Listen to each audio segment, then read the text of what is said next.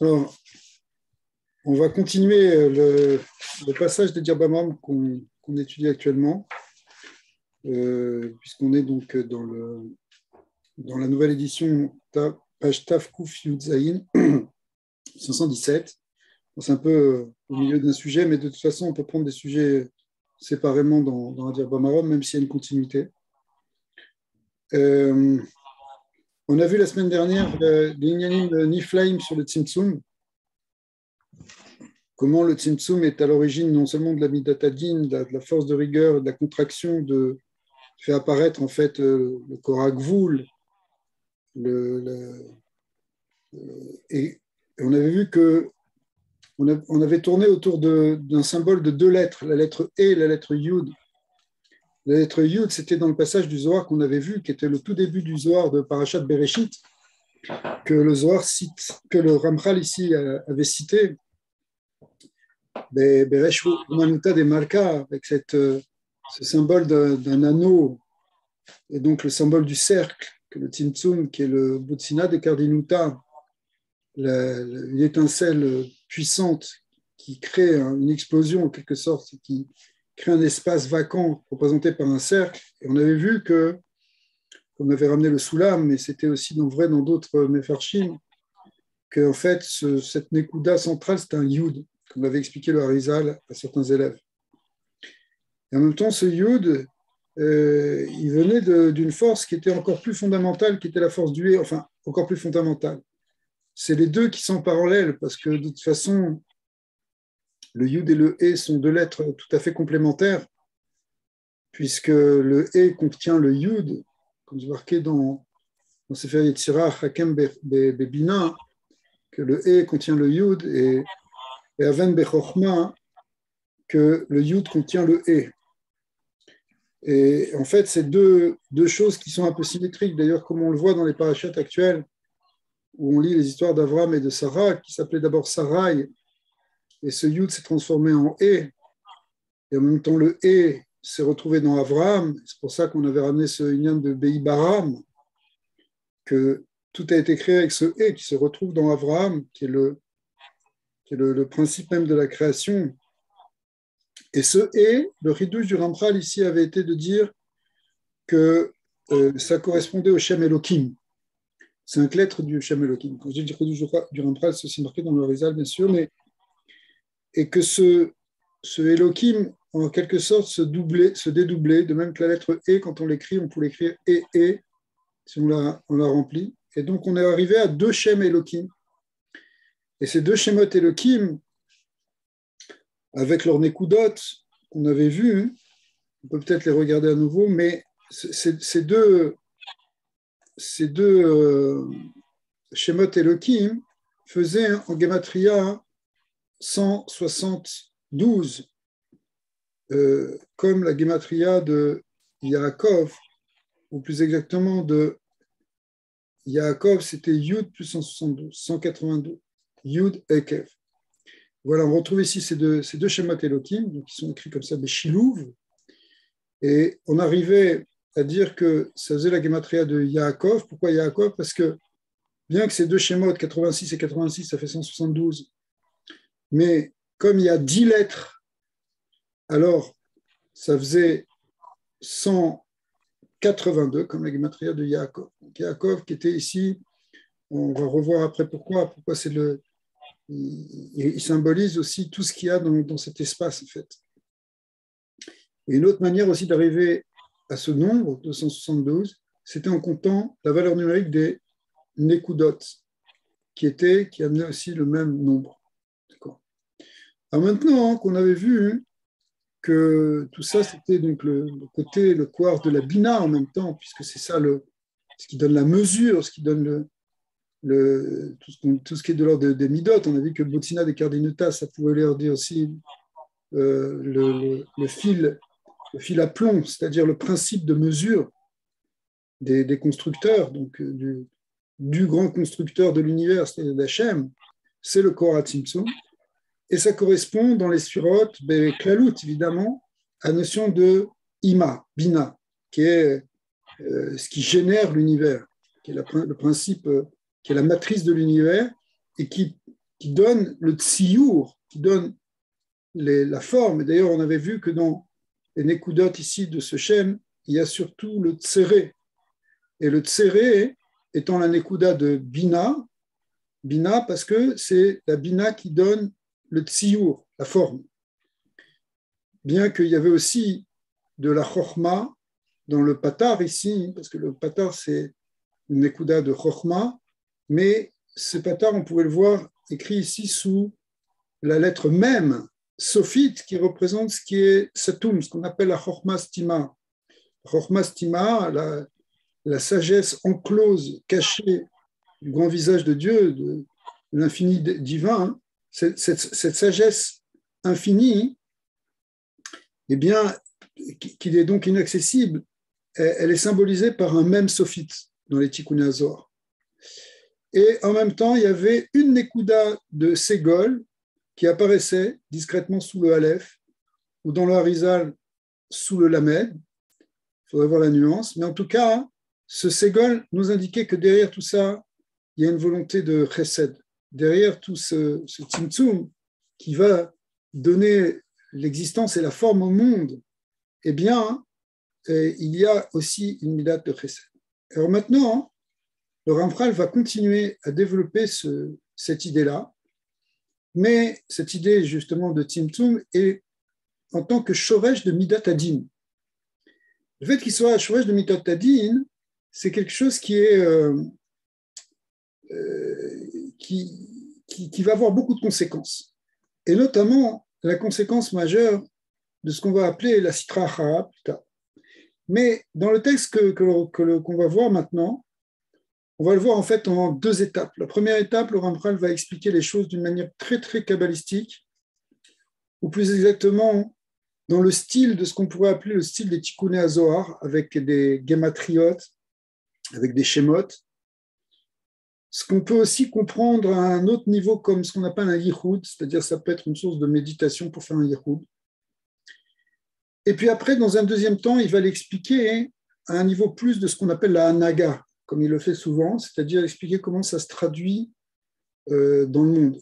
J'allais dire concrètement, mais on ne peut pas dire non plus concrètement, parce que ça parle quand même de choses très spirituelles et très abstraites, mais malgré tout, au niveau de la hanaga. Alors, dans un premier temps, donc, ça va être un peu, pour certains, peut-être, on peut trouver ça technique, là, les deux paragraphes qu'on va lire maintenant, mais en réalité, évidemment, c'est des grands sodotes qui expliquent ce dévoilement, ce déploiement de la Midat Hadin. Et quand on verra après dans la Naga comment ça se traduit, en fait, on va arriver à un très très grand sod sur ce qu'on appelle le Nachash, ce qu'on appelle aussi le Satan. Et on va voir que comment ce qui peut apparaître comme de la sitracha, en réalité, derrière il y a la Kedusha qui maintient tout et qui opère au fond, finalement. Alors, évidemment, c'est un sujet qui est très difficile au sens philosophique du terme, mais c'est le sujet majeur du Ramchal, le sujet du problème du Ra et de ce qu'on appelle Arzarat Aralatov pour dévoiler le Yichud. On est en plein dedans, en fait. Vine, Azayu mitpashti mina shemot, kama mine itpashtu tiochal itpashet. Donc, de ces shemot Elohim, de ces deux shemot Elohim mentionnés précédemment, en réalité, de là sont sortis une itpashtut, c'est-à-dire que ça génère quelque chose, ces shemot Elohim. Ça va engendrer après un certain nombre de choses dans l'univers. Veze ki hashemot imnekudeyem em pamaim Yaakov. En fait, quand on compte les deux Shemot, on est arrivé à Yaakov. Encore une fois, on a dit Yaakov parce que c'était deux fois le Shem Elohim, donc 2 fois 86 plus les 10 lettres. Et maintenant, les Nekudot, la somme totale des Nekudot aussi, ça fait aussi Yaakov. D'accord. Donc, on est arrivé au fait qu'on a maintenant 2 fois Yaakov. Yaakov avec les lettres et Yaakov avec les Nekudot. Et donc, si on dit qu'on a 2 fois Yaakov, en fait, et que Yaakov, c'était, on a compris comment, 2 fois Elohim, même s'il y a une valeur 10 qu'on a su adapter, Donc en fait, on a quelque part, on peut dire qu'on a Arba Paim Elohim, VOTIOTM, plus leurs lettres, puisqu'on a donc 20 lettres qui va compléter le manque de 2 fois 10. D'accord. Et à ce moment-là, on arrive au minyan, donc 2 fois en fait 182, c'est quoi? C'est 364 qui est le minyan, qui est le minyan à Satan. Donc, à Satan, ça fait 364 en gematria. Et ça correspond aux 364 jours de l'année, Milvad Yom Kippourim. Alors, Yom Kippourim, le Ramchal le développe un peu plus loin, pour dire que c'est un jour à part. C'est le seul jour où le Satan n'a pas de part, en quelque sorte. Il n'a pas de shlita. C'est un jour où c'est Hachem c'est Kulo Kadosh, c'est Kodesh Kodashim. Et donc, en réalité, on parle de Chassad Yemot Hashana qui sont pris, entre guillemets, par le Satan. C'est un peu dur à dire, mais ça se rapporte au fait que justement, dans le Lama Tarton, il y a une imbrication des forces du mal dans tous les niveaux. Au Bechinad, c'est ce que explique le Harizal, dont on va voir peut-être un petit passage du Harizal. Au Bechinad, Arba Elokim Ele, Mit Pashtin Bemiluyem Venase Arba Ben Keyadua. Alors, il y a un sod ici, qui est dans les Gematriot, c'est que le Elokim, qui est donc le Shem de la Gvura, donc le côté Nukva, le côté Bina, le côté féminin, il peut se transformer aussi en Shem Ben, qui est un Shem Havaya, c'est Yud Kevavke écrit en Ei, mais cependant, c'est quand même un Shem qui est du côté de la Malchut, qui est aussi du côté de la Nukva. Donc, les 4 Elokim, ils vont produire 4 Shemot Ben. Comment? En fait, c'est un système qui est le suivant, c'est-à-dire que Elokim, quand on l'écrit Pashut, c'est 5 lettres. Après, on l'écrit en Milouï, il y a 13 lettres. Ça, c'est le Milouï de Elokim, Aleph, Lamed, Ke, Yud, Mem. Et après, le Milouï du Milouï, ben, ça fait Aleph, Lamed, P, Lamed, Mem, Dalet, et Yud, Yud, Vav, Yud, Dalet, Mem, Mem. C'est ce qu'on appelle le Milouï du Milouï, c'est-à-dire qu'on a déployé chacune de ces 13 lettres, ce qui nous donne 34 lettres. Donc, en tout, on a 52 lettres. Et de ce point de vue-là, ces 5 lettres d'Elohim, eh bien, finalement, ce Shem Elohim, il se transforme en Shem Ben, qui est celui-là. Le Shem Ben, qui est Yudke Vavke en Milouï et Im, c'est-à-dire avec des E, eh bien, il fait aussi 52 lettres. Donc ça, ce petit tableau résume le passage du Shem Elohim au Shem Havaya, c'est-à-dire du Pashut Milouï ou Milouï des Elohim au Shem Ben. D'accord? Donc, ça, c'est ce qu'il nous dit ici maintenant. Alors, donc, c'est Arba Ben Keyadoua. Donc, comme on avait en plus 4 Shem Elohim, d'accord, on en avait 4, puisqu'on avait dit qu'on avait 4, on avait 2 fois Yaakov, qui faisait 4 fois Elohim, qui matrait à Satan. Donc, en fait, si on a 4 Elohim qui eux-mêmes se transforment en 4 Shem Bet, finalement, on a 4 Shemot Ben, et Vesodam Yitzhak, Shiu Arbaim Ben, Arba Paamim Ben. Et là, en fait, on arrive à, excusez-moi, voilà, on arrive, quand on prend 4 Shemot Ben, donc ça c'est le Shem Ben, 4 fois, 4 fois 52, ça fait 208, Gematria de Yitzhak. Donc on retrouve, vous voyez, les 4 fois Ben, 4 fois 52, 208 Yitzhak, Yitzhak qui est la Midat Agvura. Donc c'est intéressant parce que il faut méditer là-dessus. C'est pas évident de les répondre par rapport à ces questions, mais Yaakov était lié avec ici le Shem Elohim. Yitzhak, on le voit, lui va être lié avec le Shem Ben. C'est bizarre parce qu'en général, on dit Yaakov, c'est plus Midatara Hamim. OK. Alors peut-être parce que là, on est encore dans le Shoresh premier. Mais après, Yitzhak, c'est la Midatadin, mais c'est une Midatadin qui est quand même beaucoup plus douce, relativement, par rapport à celle de Elohim. Elohim, c'est les dinim. Shem Ben, c'est la Malchut, donc elle est aussi digne, mais c'est un digne qui est plus qui est dans le Shem Havaya. Donc, on est dans quelque chose qui est plus Rachamim. Donc, on a un peu une impression que ça s'inverse, c'est-à-dire que Yaakov est lié avec le Shem Elohim et Yitzhak avec le Shem Ben, mais en fait, c'est peut-être normal, parce que le tout début du Tzimtzum, c'est Rachamim au sens où ça vient d'une volonté d'Hachem d'être métive. Donc, bien sûr, ce désir d'être métive et d'amener le Tov dans le monde, ça commence par un guilou du Koharadin, mais ça vient d'une pure Rachamim. C'est pour ça que ce Shem Elohim est lié avec Yaakov, parce que l'amida de Yaakov, c'est la Rachamim. Et c'est la Rachamim profonde d'Hachem qui s'exprime au tout départ du Tzimtzum.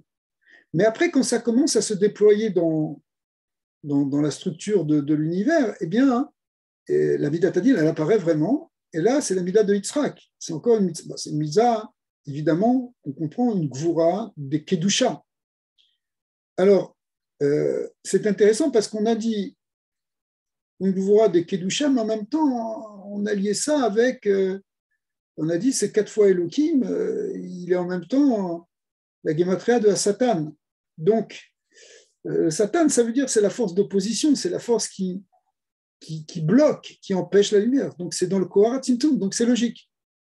C'est logique que dans ce Shem Elohim, dans ce 4 Shem Elohim, parce que c'est ce déploiement d'abord 2 Shem Elohim, ensuite finalement ça en devient 4, eh bien, il y a cette Kohar de l'écran, du Satan. Les astines, ça veut dire accuser, mais ça veut dire opposer. Donc, c'est la force d'opposition, c'est la force de contraction qui oppose. Ouais. Alors, donc, on est arrivé ici au déploiement de la Midat Hadin sous forme de celle de Yitzhak qui est Arba Paimim Ben. Ve'od na'asim abechinot ha'elu Arba Yudin. Maintenant, dans ces 4 Ben, en fait, il y a 4 Yud. Les 4 Yud que l'on voit ici, c'est ceux-là. Yud, Yud, Yud, Yud. Ceux-là, les 4 là. Hein, dans les autres Shemot, par exemple dans le Shem Av ou le Shem Sag, il y a plus de Yud. Mais dans le Shem Ben, il n'y en a qu'un par Shem. Donc finalement, on a 4 Yud dans ce Kohar d'Yitzhak. Okay. Alors on continue. Je vous ai dit que ça ressemblait à ce qu'on peut voir dans les Tikkuné HaZohar. C'est un style de Tikkuné HaZohar. Dans Adir Bamarom, le Ramchal, il ramène des choses qu'il a reçues aussi comme dans les autres choses qu'il a reçues dans son Zohar et dans ses Tikkunim, etc. Donc on a Arba Yudin, Vesodam, même Stuma. Alors, je n'ai pas fait le dessin, mais vous le connaissez, c'est-à-dire qu'un même Satoum, c'est un petit carré, c'est un carré. C'est pour ça que si le Mikvé, ça représente aussi, en tout cas, le même Satoum, il est comparé à un carré qui est constitué de 4 Yud. Pourquoi 4 Yud? Vous auriez pu me dire 4 Vav, parce que les Vav aussi c'est des traits, mais on dit que c'est des Yud parce que 4 fois Yud, ça fait 40. Or même, c'est Gematria 40. Donc en fait, l'être même, mais ça se voit plus dans la Satoum, elle est constituée de 4 fois Yud. Donc ces 4 Yud du Shem Ben, ils vont faire un même Stuma, un même Satoum. Et qui va donc Sovevet les Arba Ruchot, qui va entourer des 4 côtés. Alors, ce Inyan-là, en fait, ça dessine un carré, si vous voulez. Et ce carré, plus tard, le Rampral va en parler, un peu plus tard dans Adien Bamaram, il y a un principe qu'on voit aussi dans d'autres Sfarim qui s'appelle Riboua Betor Igula. Il y a un carré au sein d'un cercle. Et le Tzimtzum, autant le Tzimtzum Rishon, tout Rishon ici, et là, entre nous, on n'est pas dans le Tzimtzum réellement de celui dont nous parle le Harizal au début du Hotzrot Raïm. On est dans quelque chose qui est avant. Et ça commence en quelque sorte par un cercle comme ça, mais se dessine tout de suite ici un carré. Et c'est pour ça qu'il va y avoir aussi des Tzimtzumim qui vont être représentés par un carré, ce qu'on appelle le Malbouche et le Kippoul du Malbouche, c'est-à-dire, bon, ça c'est des ninim qu'on verra plus tard, mais ici on a cette notion de Arba Ruchot qui est qui se dessine. Donc, encore une fois, on est ici dans les toutes premières étapes des tout premiers Tzimtzumim ou les premières étapes du Tzimtzum, si vous voulez. Et maintenant, en réalité, ce même sophite, Stuma, Sovet les Arba Ruchot, Veteda, Sheze, Sod, la Medbet Elokim de Maaseh Bereshit. Mais là, il y a un secret qui correspond aux 32 mentions du nom Elokim qui est marqué au début de la Torah dans ce qu'on appelle le Maaseh Bereshit. D'accord, depuis Bereshit bara Elokim jusqu'à Vaïchoulou Hashamayim. Ouais. Asher bara Elokim la Asot. En tout, il y a 32 mentions de Shem Elokim. Ça correspond aussi à ce qu'on appelle les 32 voies de la sagesse, les Lamed Bet Netivot Chochma. Et qui Betrila, hein, alors, on va l'expliquer. Parce que si on a la Medbet Elokim, on comprend que si Elokim c'est la Midat Hadin, ici, dans cet acte de création, avec toutes ces Netivot, toutes ces forces de Elokim, toutes ces forces de Din qui vont structurer le monde, eh bien, on va retrouver, même dans ce nombre de la Medbet, on va retrouver aussi quelque chose qui est de l'ordre de la Midat Hadin. C'est ce qu'on va voir maintenant, après on fera le lien. Ki Betrila Aya E. C'est ce qu'on a expliqué ça, la semaine dernière. Ça commence par le E. C'est un E. Or, ce E, on l'a vu, il constituait Kavbet Otiyot. D'accord ? C'est les Chamisha Motsaot Tapé, les 5 manières de vocaliser, enfin de dire des lettres, les 5, ce qui crée 5 groupes de lettres, celles qui sont dites avec la gorge, celles avec le palais, celles avec les dents, avec la langue et avec les lèvres. Ça fait 5 catégories. Et donc, dans le E, on avait les 22 lettres. En réalité, le Rampral avait donné un autre sod pour expliquer ces 22 lettres. Il avait dit qu'on pouvait écrire ce E sous forme de 2 vav et un yud. D'accord ? Je ne sais pas si vous vous rappelez, on l'avait vu un peu plus haut. Ici. On a 2 vav et un yud, ce qui fait 6 et 6, 12, plus 10, 22. C'est une autre manière de montrer qu'on peut passer de E à 22. Ce que je vous ai ramené tout à l'heure, c'est sur les lettres. Mais en fait, d'une manière plus primordiale, c'est qu'on dit que ce E se transforme en Vav, Vav, Yud, donc en Gematria 22.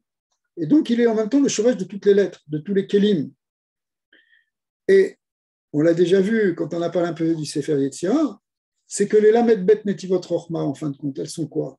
Elles sont les 22 lettres plus les 10 Séphirot. On pourrait dire aussi les 22 lettres et les 10 nombres. D'accord ? Alors, c'est à ça qu'on arrive maintenant. Donc, on a un E qui fait Kavbet, V'acharkar Nasit Yud. Et après, on a vu que ce E, il se transforme en Yud, comme on l'avait vu et comme on l'a rappelé un peu tout à l'heure. Eh bien, donc, en fin de compte, on arrive à 22 plus Yud, Yud qui fait 10, arrête 32, la Medbet.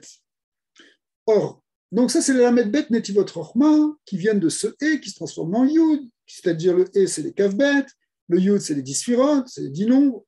Et donc, on a 32. Et en fait, si vous voulez, quand on parle de lettres et de nombres ou de lettres et de Sphirot, on peut parler, pour comprendre, je dis ça pour comprendre, ce sont les kélim de la création. Les kélim, ça vient de la force de contraction, ça vient de la force du din.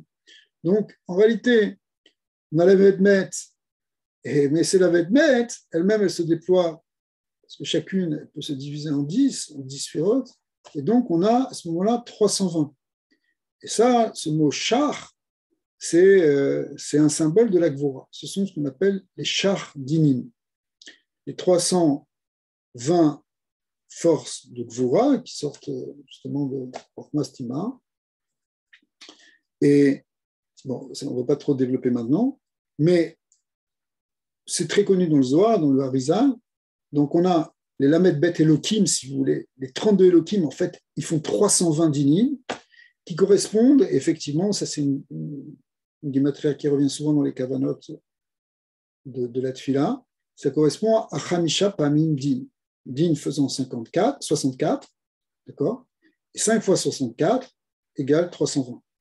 Donc on voit que dans le char, si vous voulez, ce mot char est intéressant parce qu'il fait yud fois la medbet, on peut le dire comme ça, et il fait e fois din. D'accord? La medbet, ici, voulons dire 32 Elohim, en fait. Donc, c'est vraiment l'expression des dinim tels qu'ils sont encore dans la source. C'est pour ça que d'ailleurs, les kavanot avec les chars dinim seront souvent un kavanot. Quand on avait les chars dinim, c'est en fait une manière d'être mématek le din dans son shoresh. Parce que voilà, tout ce tzimtzum, on voit, ça vient de la Rachmanout d'Hachem, ça vient de l'Amida de Yaakov.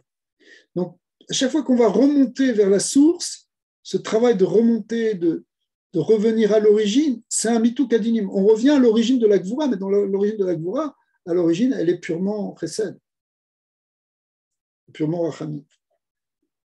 Donc, encore une fois, ces 5 fois din, ils correspondent aux 5 otiyot de Elohim. Donc, d'un côté, on a 5 otiyot de Elohim, ça fait 5 fois din, ça fait char. D'un côté, on a 32 Elohim, ça fait aussi, comme il se développe en 10, eh bien, ça fait 320, ça fait char. Alors, il dit, Veze Macha Marnou, c'est ce qu'on a dit, chez Hashem Baruchu Bara et Haolam Bedin. Donc, quand le Midrash te dit qu'Akadosh Baruch Hu, il a créé d'abord le Midat Bedin, ça veut dire, le Olam Bedin, ça veut dire que c'est ça les premières kochot qui apparaissent. Même si, encore une fois, on vient de faire cette parenthèse en disant que ça vient aussi de la Rachamim, c'est pour ça que dans les kavanot, ça peut être utilisé pour faire un mitou kadinim. Mais en tout cas, c'est l'Eitpashtout des dinim, c'est ce qu'on disait tout à l'heure, c'est-à-dire qu'à partir de ce Elohim, voilà, se déploient toutes ces forces de din.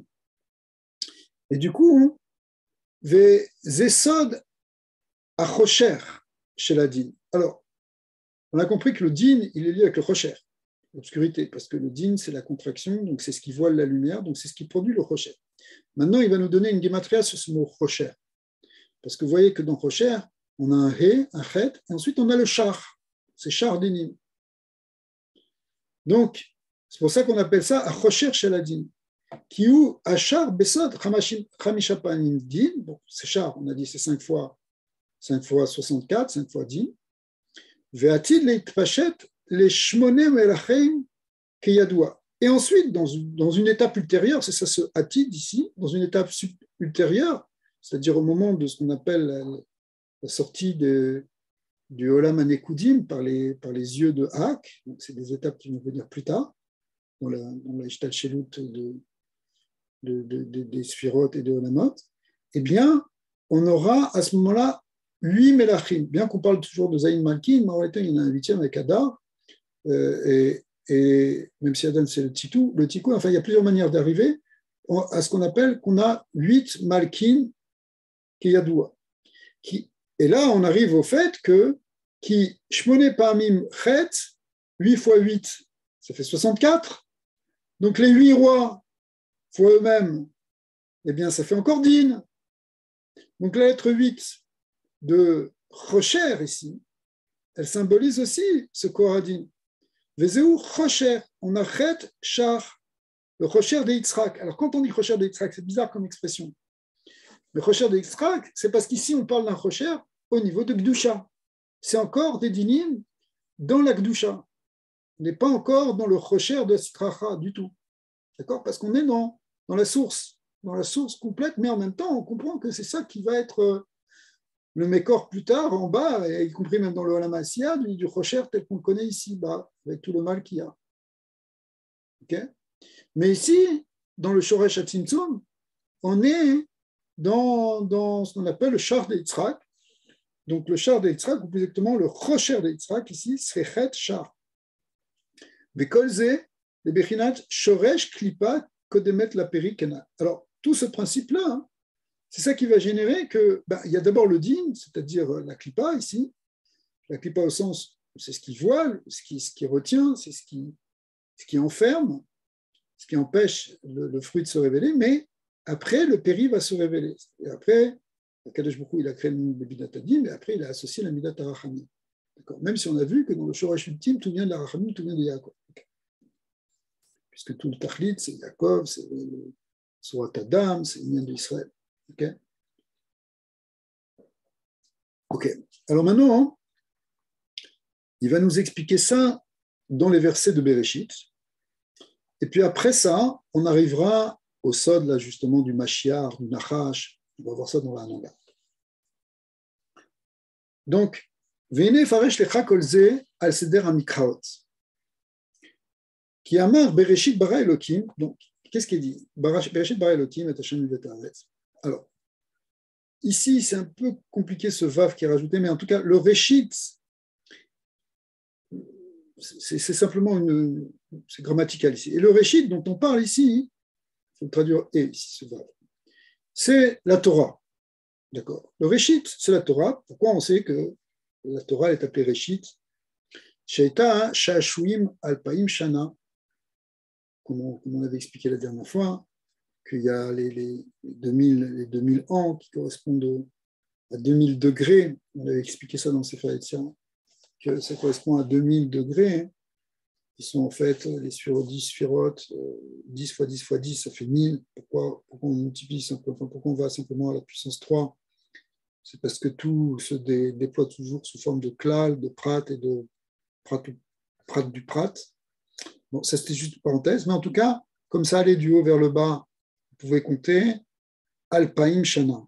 Donc les années, ce ne sont pas des années, ce sont des degrés, et ces degrés-là représentent en fait la Torah primordiale, la Torah Keduma, celle des Ralacheharim, etc. On en avait un petit peu parlé. Et maintenant, cette Torah-là, cette Torah primordiale, cette Torah qui est dans, on pourrait dire d'une manière très, très un peu grossière, qui est en Dieu, qui est en lui, qui est en lui-même en fait. Cette Torah qui vibre en lui, elle va être ce qu'on appelle, quand on dit Keshala Birsono, Ibro et Olomot, qu'il a eu un désir, en réalité, ce Aliyat Aratson, c'est quoi qui monte? C'est ce qu'on appelle dans la Kabbalah, à chaque fois qu'il y a un Aliyat de quelque chose, ça s'appelle Maïm Nugvin, un désir qui monte, ça s'appelle Maïm Nekut Nugvin. Et donc, ces Maïm Nugvin, on en avait parlé la dernière fois en disant que c'était les Neshamot d'Israël, c'était ça que Kadosh Baruch Hu, il a désiré Israël au départ, mais ici, et ce n'est pas du tout contradictoire parce qu'on avait vu que c'était la même chose au fond, on le voit comme étant cette Torah primordiale qui est ce désir, ces chachouim, cette délectation interne, si on peut parler comme ça, évidemment tout ça on le dit kiviachol, délectation interne que Dieu a de sa propre Torah, eh bien c'est ça qui crée le mouvement pour créer l'univers.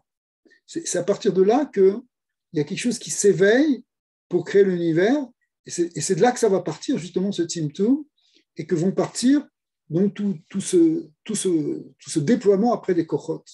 Mais ça vient d'abord de ce réchit, de ce principe primordial, de ce désir originel, et qui est en fait la Torah qui est en Dieu, si on peut dire. D'accord? Alors, c'est sûr que c'est assez profond. Et c'est ça, Réchit Aïta, Torah Shaita Shashuim Alpaim Shana, Kemo le Bechinat Man, Maim Nugvin.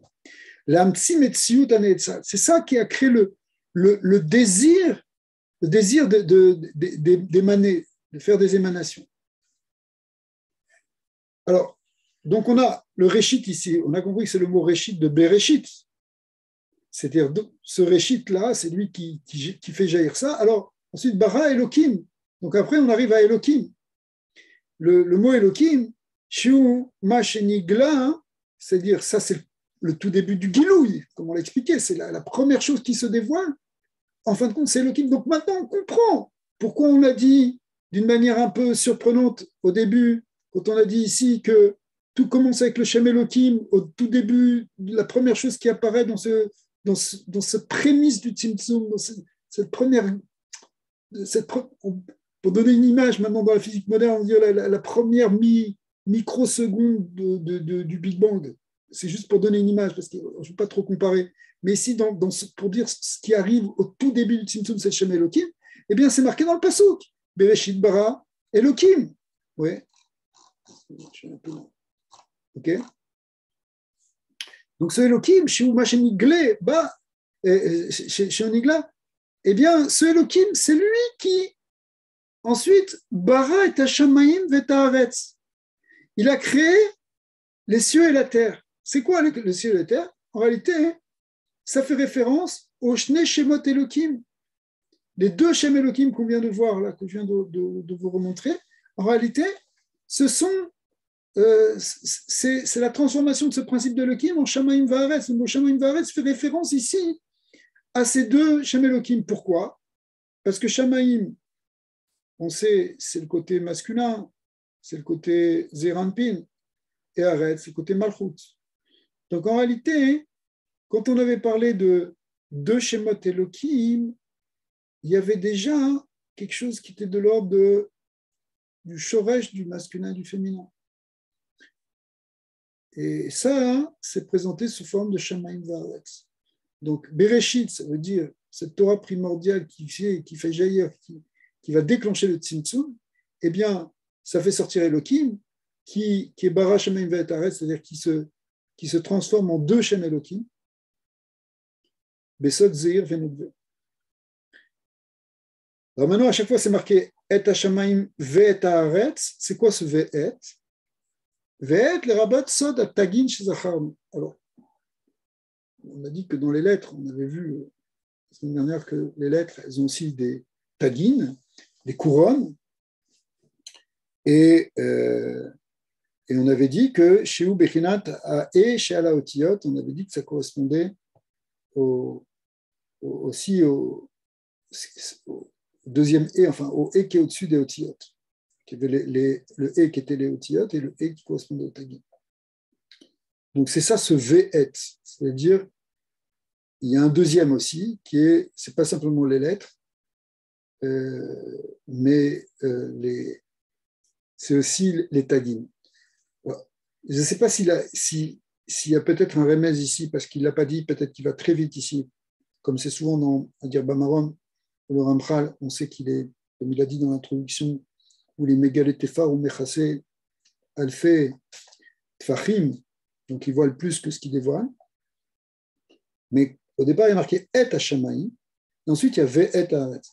Le et Hashamayim, peut-être que c'est les lettres elles-mêmes, parce que le mot et, en fait, c'est le mot hot, et le mot hot, ça veut dire que c'est des lettres. Et le ve'et, eh bien, c'est ce qui se rajoute sur les lettres, c'est-à-dire les taïm. Donc peut-être qu'on peut dire que c'est ça la kavana ici. Ve'iné, alors on continue dans les psukim de Bereshit. Ve'aretz hakta tohu vabohu. La terre était tohu vabohu. Alors, effectivement, on a dit qu'il y a deux Shemot Elohim. Mais il dit, Ve'u ki bechinat hashne Shemot hayu haorot mitpashtim itpashtut gadol kenal. Alors, on va expliquer le pasuk. Mais il y a une itpashtut, il y a un déploiement ici de ces Shemot Elohim qui déploient en réalité des orot, qui déploient des kochot. Et c'est un grand déploiement, comme on l'a vu, c'est ça qui va faire le lien de Din, le lien de Ben, de Yitzhak, etc. Ve'acharkar hayasod azaka mitrazek aleyem ve'osef otam besitum echad. Alors, la azaka qui était donc cet anneau dont on en parlait, qui est ce corps du Tzimtzum, cette force justement qu'on a vu qui est représentée par un cercle, par un anneau, eh bien, elle se renforçait c'est comme s'il y a eu la force du din qui allait en augmentant. Et du coup, ça renforce le sitoum. Et ici, bon, il dit Besod même Stouma, c'est possible que ce soit Besod même Stouma, et on aurait peut-être ici quelque chose, c'est-à-dire que cet azaka, cet anneau-là qui était carré au départ, qui était rond au départ, il devient carré maintenant. Vous savez que quelque chose qui est intéressant, c'est que d'après la Kabbalah, quand on donne l'anneau au moment du mariage, c'est emmené dans l'Arizal et dans le Benishraï, à partir du Zohar, qu'il faudrait c'est bien de prendre un anneau qui est rond à l'intérieur et carré à l'extérieur. C'est-à-dire le contraire de ce qu'on voit ici, mais c'est là-bas, ça s'appelle Igula Betor Riboua, un cercle dans le carré, alors qu'ici, on a vu que ce cercle, il devenait un carré, mais quand ce cercle il devient un carré, c'est pas grave parce qu'on n'est pas exactement dans le même sujet que le mariage, mais évidemment, on comprend que c'est lié. Il faudra voir là-bas parce que la Kavana, elle est plus basse là-bas, elle est dans le sod de l'union de Horod, de Abba, de Yesod Abba, etc. Mais en tout cas, hein, ici, on voit que ce cercle, il est devenu ce même stouma, il est devenu un carré. C'est-à-dire, c'est comme s'il y a une contraction plus forte du tzimtzum. Et là, on voit que ça veut dire que ce mot Aretz, qui était le lien de Malchut, eh bien, ça va descendre jusqu'à un niveau qui va être Tohu Vabou. Et c'est ça, Vezé Asod, Ve'aretz et Tohu Vabou. C'est-à-dire qu'ici, le tzimtzum devient plus grand. La force du din s'épaissit.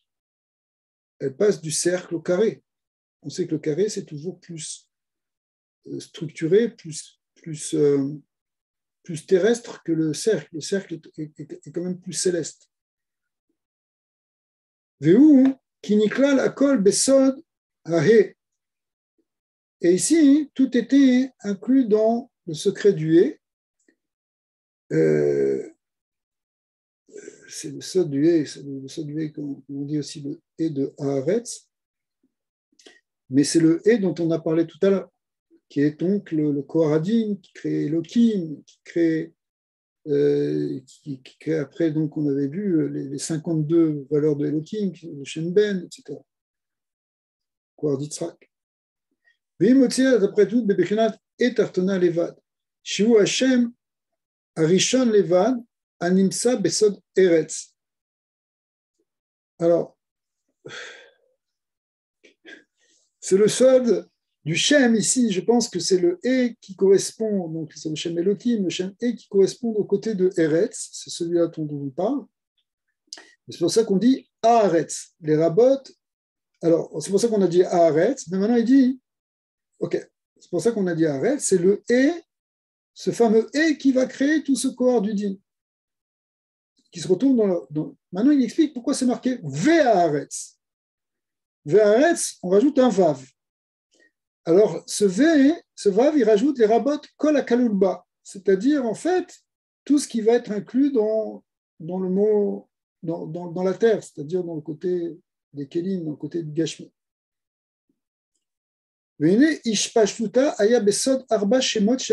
Or, cette itpashtut, on l'a vu, elle correspondait aux 4 shemot dont on a dit, les 4 shemot Elohim, les 4 shemot Ben, d'accord?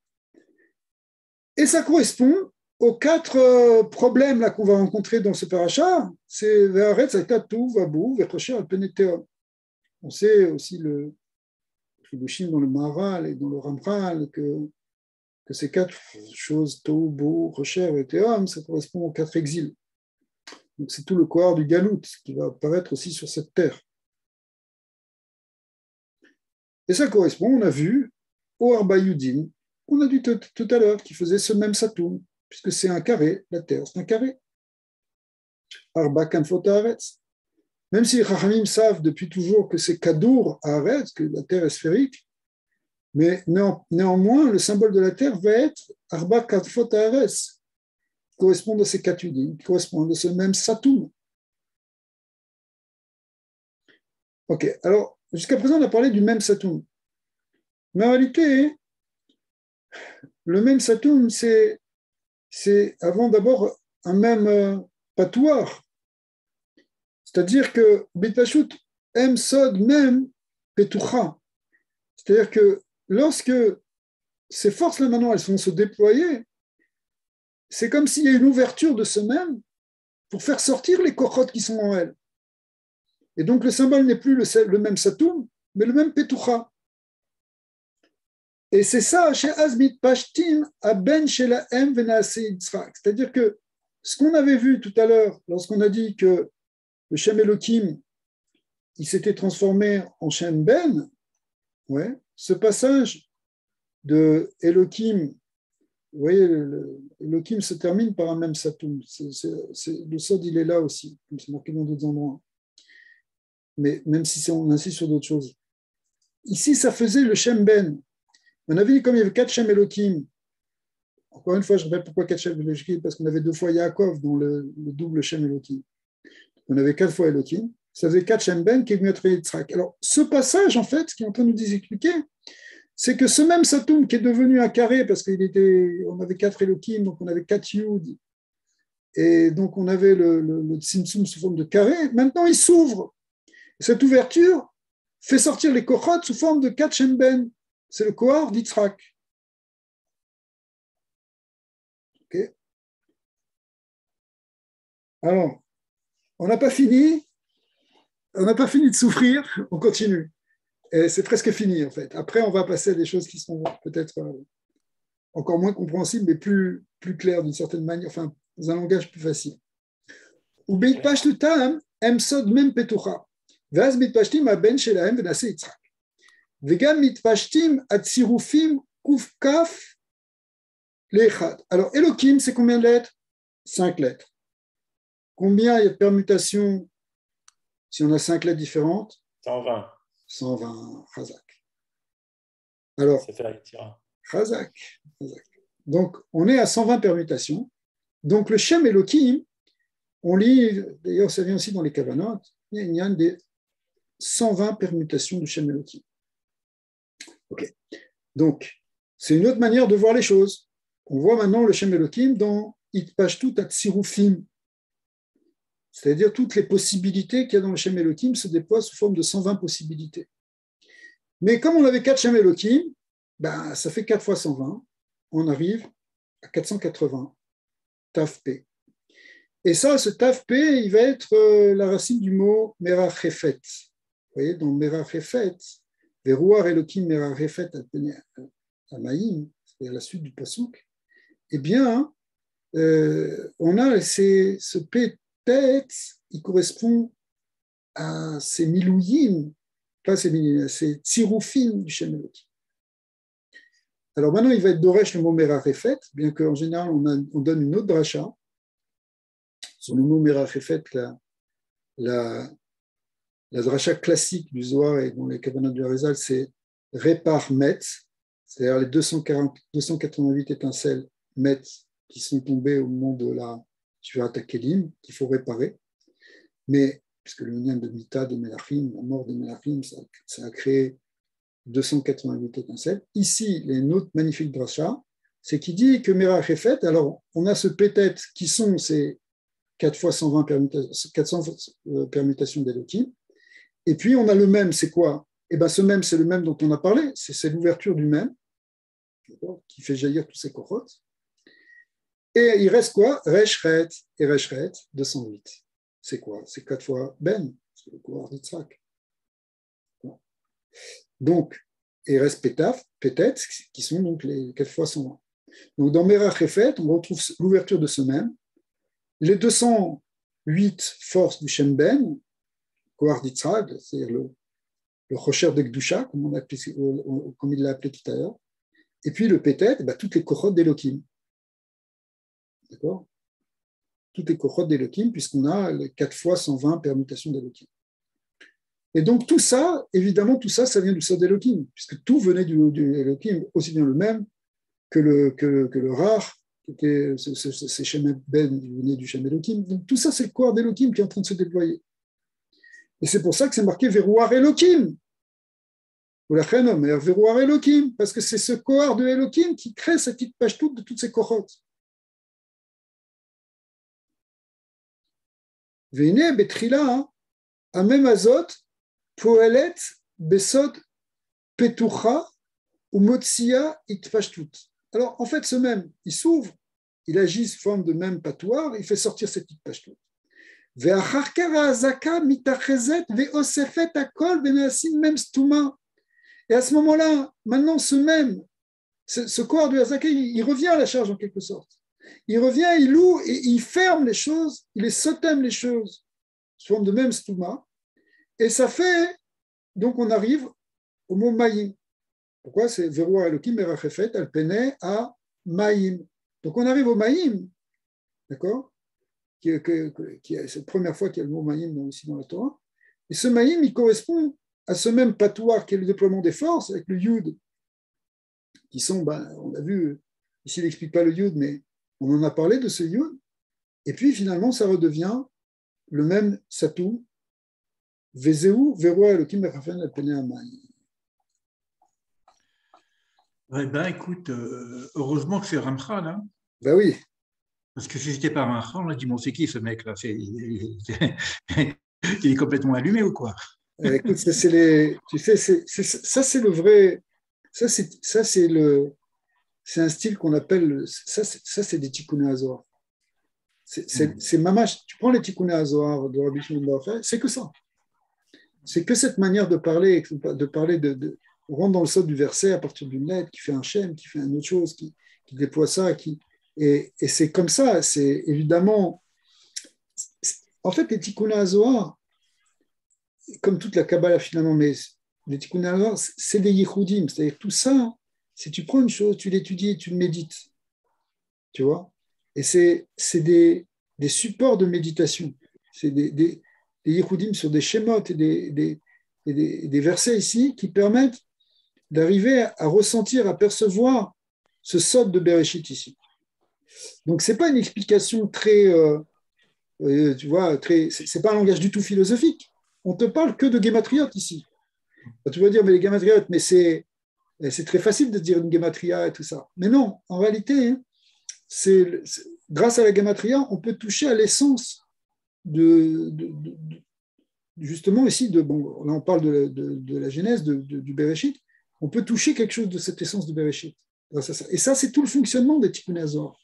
Et ce fonctionnement, en vérité, même quelque part, c'est aussi le fonctionnement même de tout le Etzraïm. Tout le Etzraïm, c'est une grande suite de Yehudim. Toujours, c'est des grands Yehudim. Toutes les soubiotes du Etzraïm. C'est-à-dire, bien sûr, tu peux le comprendre comme une structure qui t'explique du début à la fin quelque chose, mais en fait, non, ça te parle aussi. C'est tout ça, c'est pour en faire des méditations qui te permettent de toucher l'essence d'une certaine réalité. Donc, c'est de la Kabbalah, c'est ça la Kabbalah, en fait. Hein. La Kabbalah, c'est ça.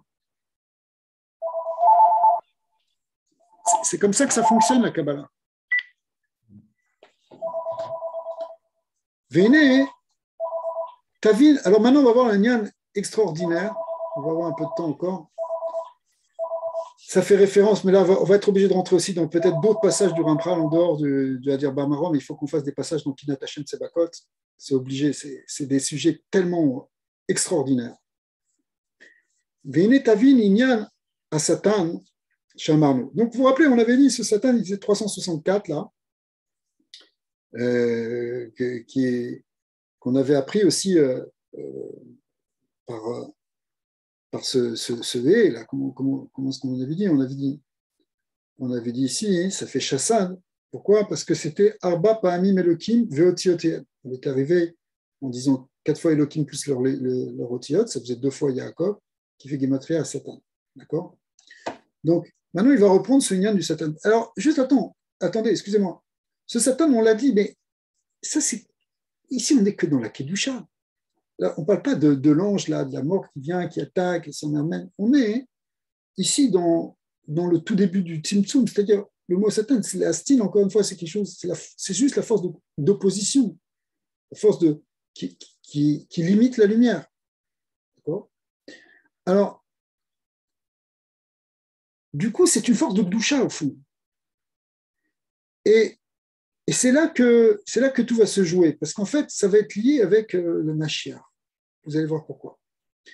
Il y a un Satan chez la Asot à Cheshbon, chez Chassad, Sarir, Ahe, chez la Satan. En vérité, quand on dit à Satan, pour arriver à 364, il faut compter aussi le E.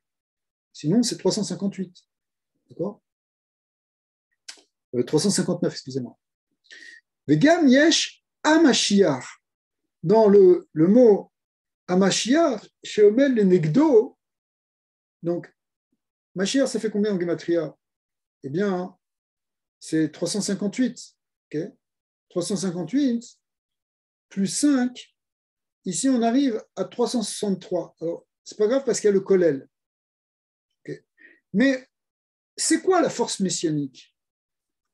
C'est quoi le principe messianique? C'est le principe qui veut dévoiler la lumière, qui veut révéler Hachem dans ce monde, qui veut révéler et amener la malchoute, etc. Donc c'est quoi?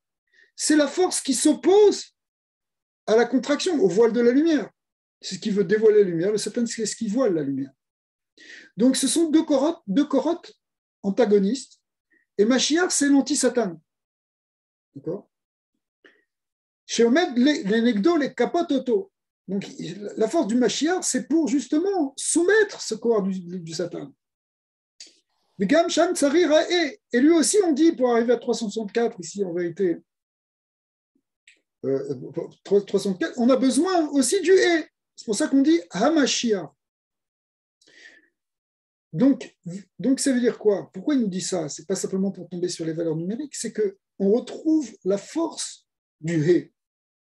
Vesotze, qui a he atzma shorashakol. Parce que le he, c'est à la sorte de tout.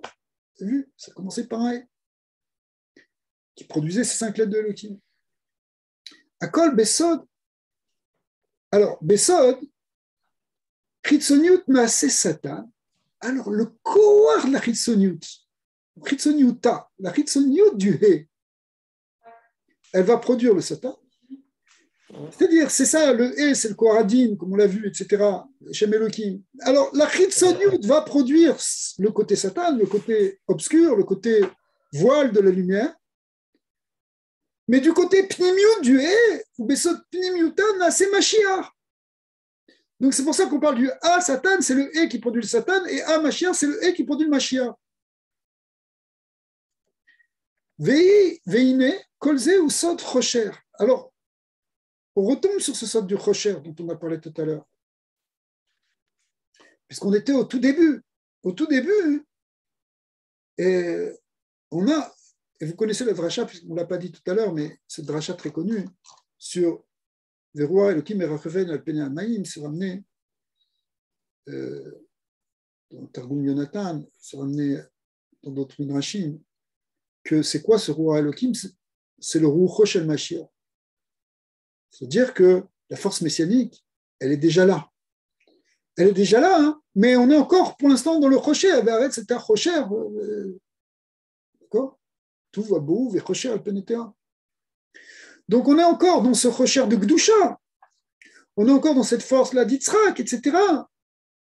Mais on a, à partir de ce et, à la fois le côté pnimi, qui est le côté du Mashiach, et le côté chitzoni, qui est le côté qu'on appelle Satan.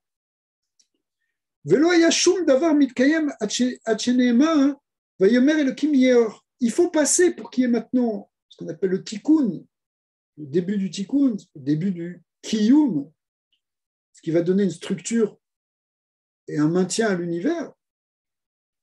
Eh bien, c'est la suite des versets. Vayomer kim yor. Ouais. Donc, le premier jour de la création, proprement parler. Enfin, avant aussi, ça fait partie du premier jour, mais maintenant, on rentre dans le corps du tikkun. Jusque-là, jusqu'à Ve'awar Elohim Merfafel Pe'amaim, on était encore dans le moment de la Shvira, dans l'homme à tout.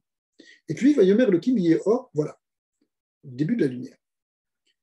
Et Vereshit Atikun ou Eatzma. Alors, ici, le Kiddush, c'est que c'est ce E qui a produit ce rocher, qui a produit tout ça, mais en même temps, sa pnimiut, elle produit le Mashiach, donc il va être à l'origine le début du Tikkun. Le Tikkun, c'est aussi le E.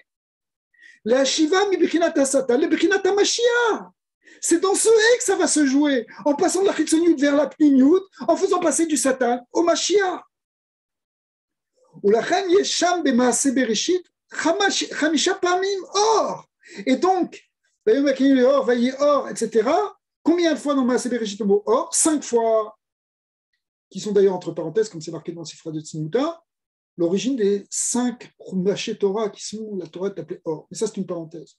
Mais en fait, non, c'est une parenthèse qui est importante parce que c'est de l'union de Tikkun, évidemment. Mais il y a Chamisha Panim or parce que ça vient d'un He.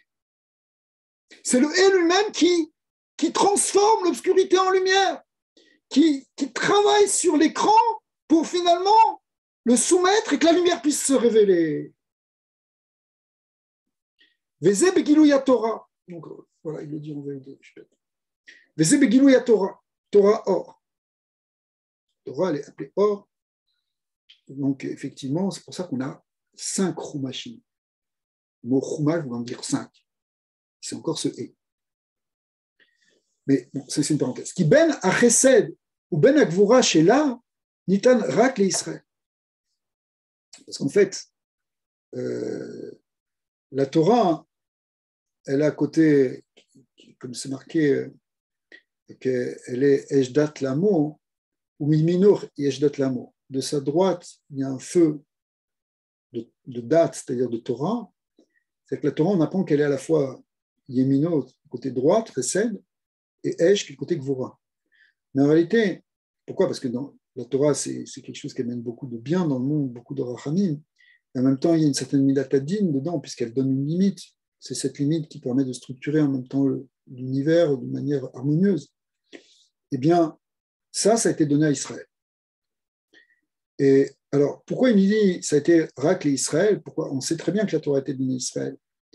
Mais ici, c'est parce qu'il va faire une dracha sur le mot Israël. Vesod ze qui a Torah bebechinat sirufa ibesod rala she'arim. Alors, vous vous rappelez, on a expliqué que l'origine de la Torah, c'est le et qui se transforme en 22 lettres. Ces 22 lettres, quand elles permutent toutes entre elles, ça fait 21 fois 22 divisé par 2. On arrive à 231, ce qu'on appelle les rala she'arim. Panim, rala she'arim achor.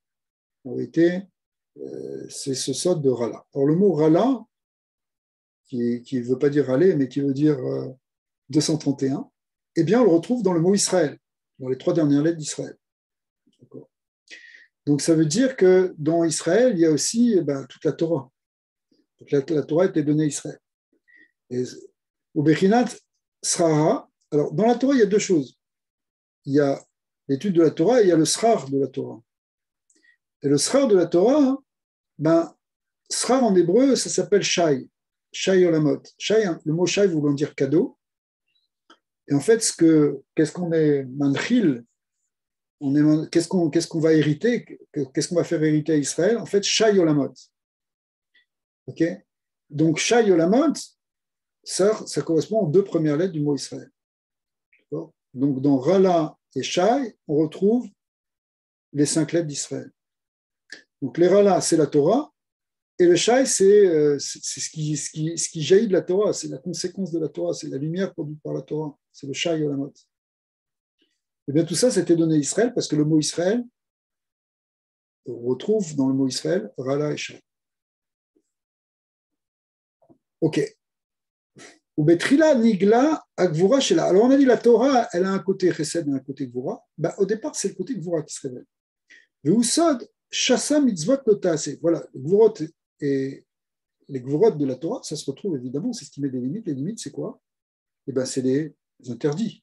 Tu ne vas pas faire ci, tu ne vas pas faire ça, tu vas limiter à ça, etc. Donc ça, c'est le Korah Gvul, le Korah de Gvura. Donc ce sont les 365 Mitzvot Lotas.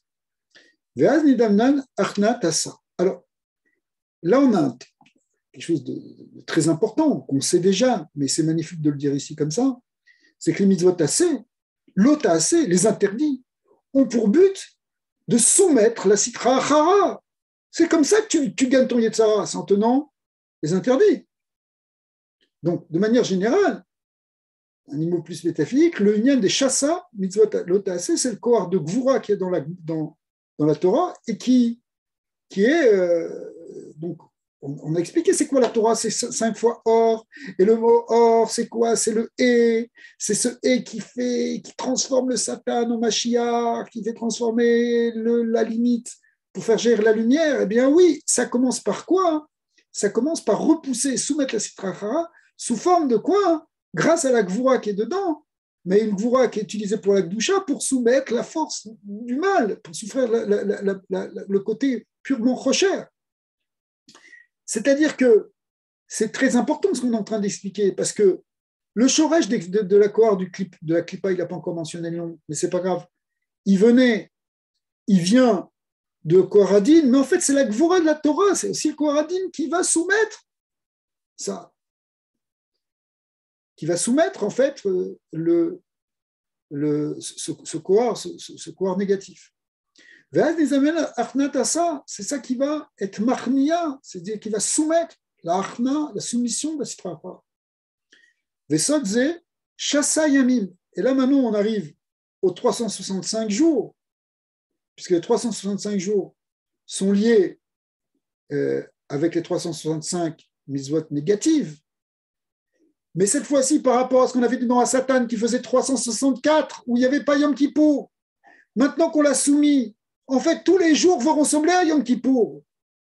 Sham Yesh Yom Kippour, Yom Kippourim, Shen le Satan Reshutbo. Si on arrive complètement à dominer la Sitra Achara, tous les jours, ça va être Kippour, Keilou, c'est-à-dire qu'il n'y aura plus de Sitra Achara. Vesodze ou Mashiach. Et ça, c'est Mashiach, c'est ça l'ère messianique. Mashiach, c'est quand on a soumis la Sitra Achara. Donc, quand on est passé en fait de Satan à Mashiach, c'est-à-dire qu'on est passé de Chassad à Chassa. Et Chassad, 364, il manquait Kippour. Maintenant, Chassa, c'est que tout est comme Kippour. Donc, Vesodze ou Mashiach chez Olé Minyan, Nachash. Donc, le Mashiach, oui, c'est l'anti-serpent. C'est celui qui a transformé le serpent. Kemosher Tov, Bessiata Dishmaya. Vekolze Inyan. Alors, tout ça, c'est quoi, c'est Inyan? C'est Yeyor. C'est ça le Yeyor. La lumière soit, il faut que la lumière, elle jaillisse. Il faut qu'elle jaillisse à partir du Tohu Vabohu, elle jaillisse à partir du Rocher. Il faut que la Klippa elle-même, elle soit soumise et transformée pour révéler la lumière infinie du Oren Sof qui se cache derrière. Donc, c'est ça le Vayomer le Kim Yeor. V'yesh bekan shne bechinot. Et dans ça, il y a même deux niveaux. Eichad, or betor ha-Rocher. Premièrement, c'est la lumière telle qu'elle est au sein de l'obscurité au départ. C'est-à-dire que tu as du Rocher, et puis tout d'un coup, la lumière commence à apparaître au sein du Rocher. Ce n'est pas encore complètement réglé, parce qu'il y a encore du Rocher et du Or. Mais la lumière, elle commence à apparaître, parce qu'avant, il n'y avait pas de lumière, on ne voyait que du Rocher, on ne voyait rien en fait. Il n'y avait que du Rocher. Et ça, c'est quoi le Or qui a du Rocher? C'est le début du Tikkun. C'est la période du Emtsa, ce qu'on appelle aussi, on verra plus tard, ce qu'on appelle la période du Emtsa, c'est-à-dire qu'il y a les deux à la fois, il y a du Or et Rocher. Veu Bisman, Vayomer le Kim Yeor, c'est quand Hachem a dit Yeor, Vayomer le Kim Yeor, et c'est encore Or avec Rocher. Vesada Mashiach, Bisman à Galout, ça correspond au Mashiach dans le Galout, Shamrou, des Yativ, à Pitré des Romé. Alors, Hachem, il faut qu'on développe ça. Mais avant de développer, on va voir ce que ça veut dire la deuxième partie. Donc, ça, c'est quand on dit Vayomer le Kim Yeor. Ça correspond quoi? Il y a un Or au milieu du Rocher. Ça s'appelle un Mashiach, le côté de Mashiach, qui est à Pitra des Romés, qui est à la porte de Rome. La porte de Rome voulant dire symboliquement ici l'endroit obscur. C'est-à-dire qu'il y a le Mashiach, c'est la force de la lumière, mais en Galout, elle est encore entourée de Rocher. Comme le peuple juif qui est dans le Galout, comme le Mashiach qui est à la porte de Rome. Après ça, évidemment, la Sitra Achara va être complètement écartée, et donc là, on va arriver à l'ère messianique véritablement, où le Mashiach n'est plus en Galout, mais au contraire est révélé. C'est-à-dire il y a un deuxième Zman, c'est Zman Aevdel à Or Mina Rocher. C'est quand l'obscurité est totalement repoussée, que la lumière n'est plus entourée de l'obscurité, et ça, c'est dans le dernier passage qui nous dit Vaevdel et le Kim Ben Or ou Ben Rocher. Le passage par rapport à toute la tracha qui était ici. Que Dieu a séparé entre le Or et le Rocher, c'est-à-dire Ve'uzman à Géoula. Le Zman de la Géoula, c'est quand on ne voit plus le Rocher. Le Rocher il est complètement repoussé, il est complètement séparé, il est éliminé en fait. Et le Or n'est plus entouré, et donc c'est plus le Mashiach à la porte de Rome, c'est au contraire le Mashiach révélé. Bon, mais quand on parle de Mashiach ici dans le Ramchal, il ne faut pas comprendre simplement tel qu'on comprend à un niveau simple. On parle ici évidemment du principe métaphysique, comme il va l'expliquer de manière d'ailleurs largement développée dans Kinat Hashem Tsebakot, où il explique que c'est